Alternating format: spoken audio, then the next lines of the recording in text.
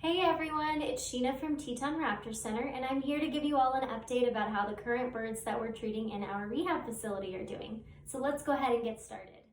So to start things off is our newest patient, Greathorned Owl327, and this bird was found over the pass in Victor, Idaho and brought to TRC, and upon intake, staff noticed that this bird was completely emaciated.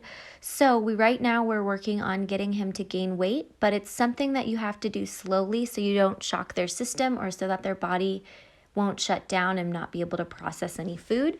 So he's still in our oxygen unit recovering and working on gaining weight slowly.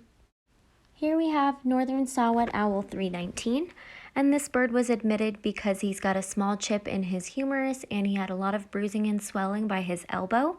We think that he was hit by a car and he's still healing up in our ICU. However, he's doing really well. He's eating on his own, and we hope that we can take off his wing wrap in the coming week. Next up, we have Golden Eagle 3-1, and this bird was admitted from LaBarge, Wyoming because of a fractured coracoid. So the fracture has healed quite nicely, and we're planning to begin flight training this week. So look forward to some flight videos from this bird. Here we have Greathorned Owl115, who has been in flight training for the last couple weeks and is still in flight training at the moment. He just has to work on gaining enough muscle and enough endurance to be able to fly in the wild.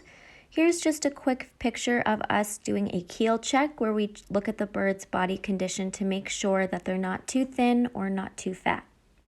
Next up is Greathorned Owl 1030, and this bird was readmitted to TRC after being found emaciated. We are planning on releasing him this spring, so right now he is in flight training and just has to work on building up enough endurance and strength to sustain flight. Here we have American Kestrel 1012, and this bird is also in flight training at the moment.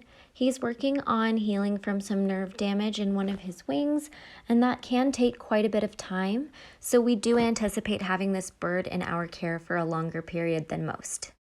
Next up is Great Gray Owl 1010, and this bird is also working on flight training.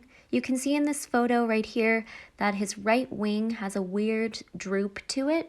So right now he is in daily physical therapy and he's getting lasered every day to make sure that that wing is in good condition for flying. And last but not least, we have American Kestrel 76. And if you may remember that this bird is actually a non-releasable raptor and he is going to be transferred to a center in North Carolina. So here's just a couple photos of us working with him on the glove to get him ready for that new job of his over in North Carolina as an educational ambassador for his species.